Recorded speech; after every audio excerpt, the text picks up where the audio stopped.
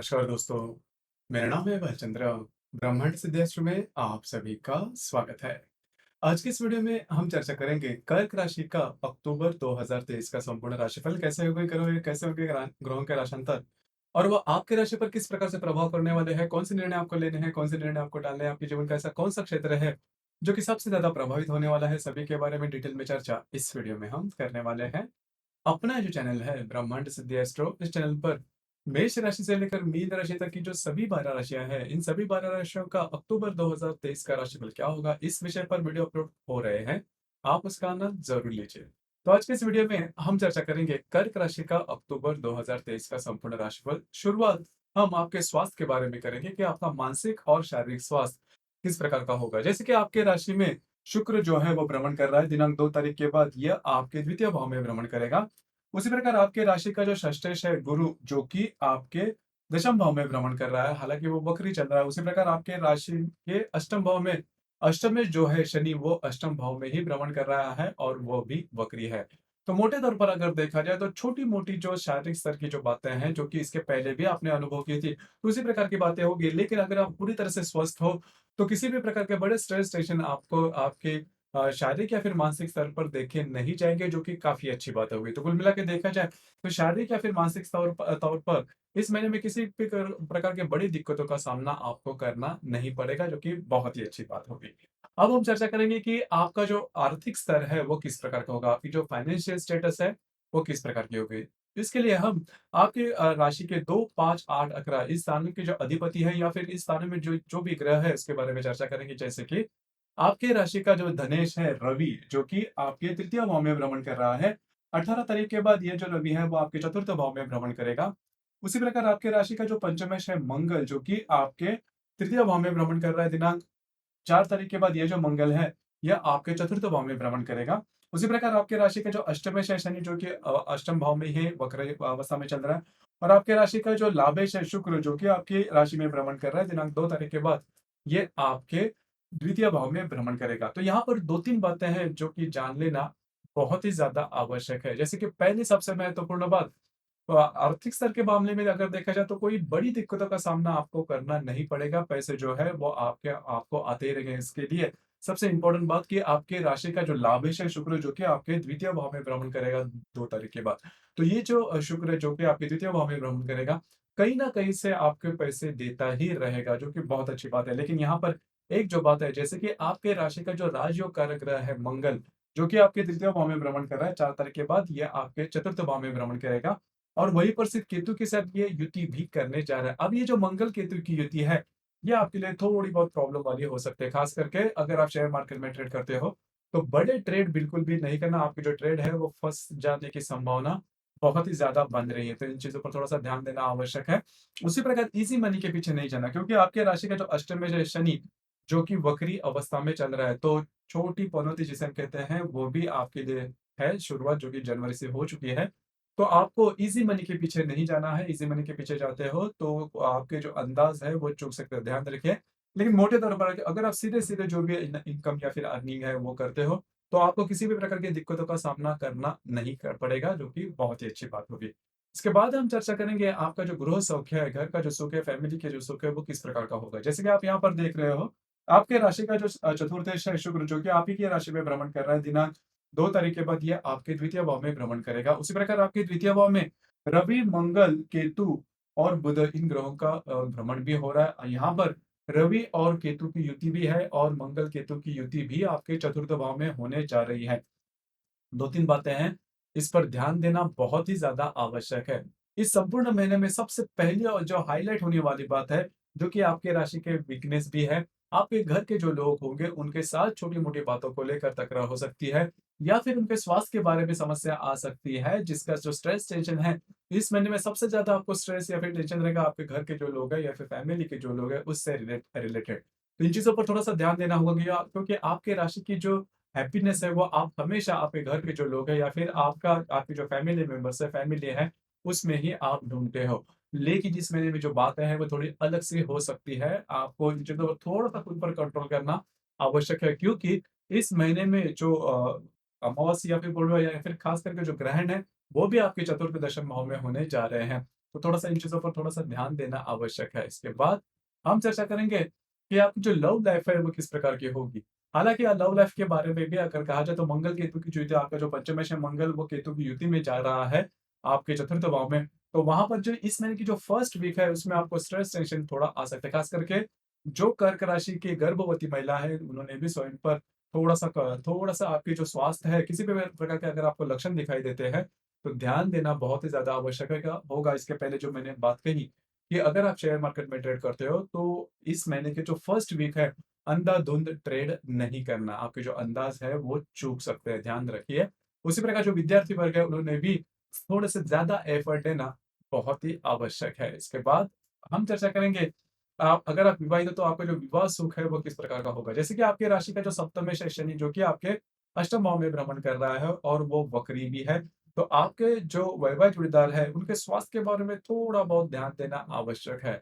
उसी प्रकार अगर आपका जो भी कार्य क्षेत्र है, उससे रिलेटेड अगर देखा जाए तो आपके राशि का जो स्वामी है, आपका जो कर्मेश है, दशमेश जो है मंगल, जो कि आपके तृतीय भाव में भ्रमण कर रहा है, दिनांक 4 तारीख के बाद ये आपके चतुर्थ भाव में भ्रमण करेगा, वहाँ पर ये मंगल केतु के साथ युति भी करने जा रहा है और उसकी जो सप्तम दृष्टि है, वह आपके दशम भाव पर भी आ रही है। तो यहाँ पर जहाँ पर आप काम करते हो, नौकरी करते हो या फिर व्यवसाय करते हो, वहाँ पर आपको लग सकता है कि आपसे ज़्यादा काम दिया जा रहा है या फिर स्ट्रेस थोड़ा ज़्यादा बढ़ सकता है। किसी कोई की बात चाहे कितनी भी एक्सट्रीम पर क्यों ना पहुँचे, लेकिन आपको आपके जॉब से रिलेटेड किसी भी प्रकार के बड़े निर्णय बिल्कुल भी नहीं लेना। हालाँकि इस महीने में थोड़ी-सी ऐसी बातें हो सकती है, लेकिन इस चीज़ों पर या फिर इस डिसीज़न पर बिल्कुल भी नहीं आना, इन चीज़ों पर ध्यान रखना बहुत ही ज़्यादा आवश्यक है। हालाँकि इस रा आपके दशम भाव में जो गुरु है, वो कोई भी जो बात है वो एक्सट्रीम पर नहीं लाएगा।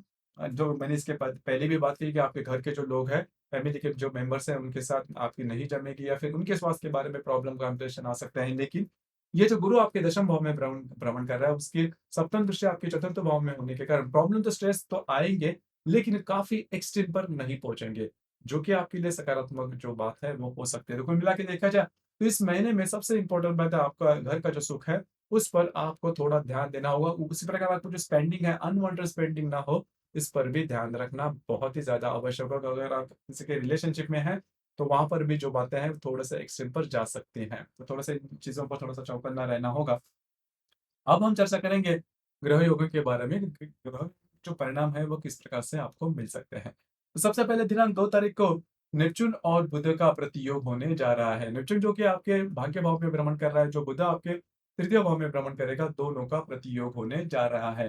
तो अगर आपके जो भाई-बहन होंगे, उनके साथ डिफरेंस ऑफ ओपिनियन होना या फिर मतभेद वगैरह जिसे हम कहते हैं, उस प्रकार की बातें, मिसअंडरस्टैंडिंग वगैरह होना, तो इसके च चांसेस है वो काफ़ी ज़्यादा बन रहे हैं। उसी प्रकार डॉक्यूमेंटेशन से रिलेटेड कोई भी काम है तो इन दिनों में नहीं करना, आपके जो अंदाज़ है वो चूक सकते हैं। उसी प्रकार दिनांक 10 तारीख को शनि और शुक्र का प्रतियोग भी होने जा रहा है। शनि जो कि आपके अष्टम भाव में भ्रमण कर रहा है, जो द्वितीय भाव का जो शुक्र है, उसके साथ प्रतियोग होने जा रहा है। अब ये जो प्रतियोग है दिनांक 10 तारीख को है, तो इस दरमियान आपकी जो इन्वेस्टमेंट रहेंगे उस पर थोड़ा-सा ध्यान देना होगा। किसी भी प्रकार के महत्वपूर्ण इन्वेस्टमेंट इन दिनों में नहीं करना और आपकी जो स्पेंडिंग है वो थोड़ी ज़्यादा बढ़ सकती है। उसी प्रकार दिनांक 13 तारीख को शनि और मंगल का त्रिकोण योग होने जा रहा है। शनि जो कि आपके अष्टम भाव में भ्रमण कर रहा है और जो मंगल आपके चतुर्थ भाव में भ्रमण करेगा, दोनों का त्रिकोण योग होने जा रहा है। इन दिनों में आपको अनएक्सपेक्टेड लाभ वगैरह मिलने की संभावना थोड़ी ज़्यादा बन रही है।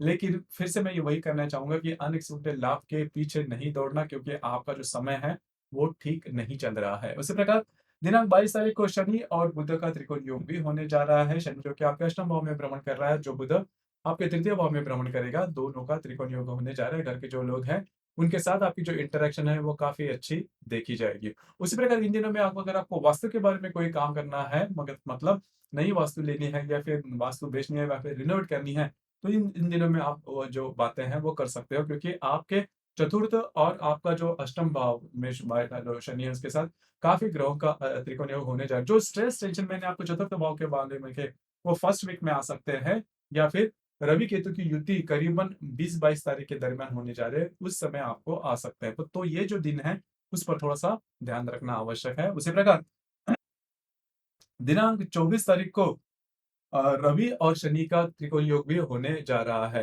तो इस दरमियान मतलब जो रवि है, जो कि आपके सप्तम भाव में चतुर्थ भाव में भ्रमण करेगा, उसके साथ आपके अष्टम भाव का जो शनि है, वो त्रिकोण योग करने जा रहा है। अनपेक्षित कुछ लाभ वगैरह मिल सकते हैं, महत्वपूर्ण इन्वेस्टमेंट भी हो सकती है। हालाँकि ये जो त्रिकोण योग है वो आपके चतुर्थ और अष्टम भाव में होने जा रही है। इसके अब बहुत बड़े अच्छे परिणाम आपको मिलने की संभावना थोड़ी-सी कम है, लेकिन वास्तु से रिलेटेड महत्वपूर्ण काम आप हाथ में ले सकते हो।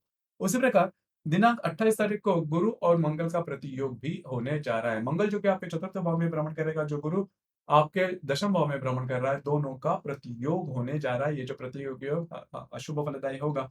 आपके घर के जो पुरुष वर्ग होंगे, उनके स्वास्थ्य के बारे में थोड़ा ध्यान देना होगा या फिर उनके साथ छोटी-मोटी बातों को लेकर तकरार हो सकती है। जहाँ पर आप काम करते हैं, वहाँ पर भी जो लोग होंगे, वो भी उनसे भी छोटी-मोटी बातों को लेकर प्रॉब्लम कॉम्प्लिकेशंस में आप आ सकते हो। जो सहकर्मी होंगे, उनसे आपका जो रिश्ता है, वो अच्छा बनाए रखना काफ़ी महत्वपूर्ण होगा। उसी प्रकार दिनांक 29 तारीख को मंगल और बुध की युति भी होने जा रही है। अब ये जो मंगल आपके चतुर्थ भाव में भ्रमण कर रहा है, उसके साथ जो बुध ग्रह है, वो युति करने जा रहा है। अब ये युतियाँ आपके चतुर्थ भाव में हो रही है। घर के जो लोग हैं, उनके साथ छोटी-मोटी बातों को लेकर तकरार हो सकती है। ये तकरार थोड़ी बढ़ भी सकती है। उसी प्रकार दिनांक 31 तारीख को शुक्र और हर्षल का त्रिकोण योग भी होने जा रहा है। हर्षल जो कि आपके दशम भाव में भ्रमण कर रहा है, जो शुक्र आपके द्वितीय भाव में भ्रमण करेगा, दोनों का त्रिकोण योग होने जा रहा है। काफ़ी अच्छा, काफ़ी महत्वपूर्ण और शुभ फलदायी यो योगा का अनपेक्षित लाभ अगर आपको मिल सकते हैं। जो भी आपका कार्य क्षेत्र है, उससे रिलेटेड कुछ अच्छी बातें, कुछ अच्छी खबर मिल सकती है।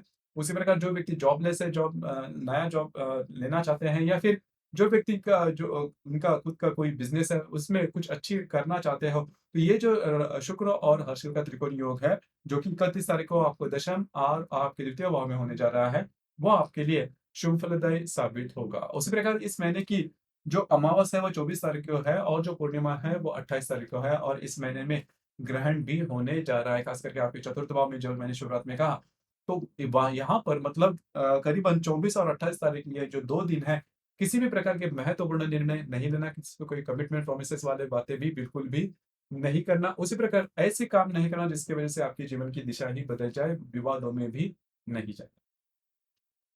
तो दोस्तों, ये था कर्क राशि का अक्टूबर 2023 का संपूर्ण राशिफल। आपको ये राशिफल कैसे लगा? आपने किस प्रकार से अनुभव किया? नीचे कमेंट बॉक्स में ज़रूर कमेंट करना और अपना जो चैनल है ब्रह्मांड सिद्धि एस्ट्रो, इसे भी लाइक, शेयर और सब्सक्राइब ज़रूर करें। धन्यवाद।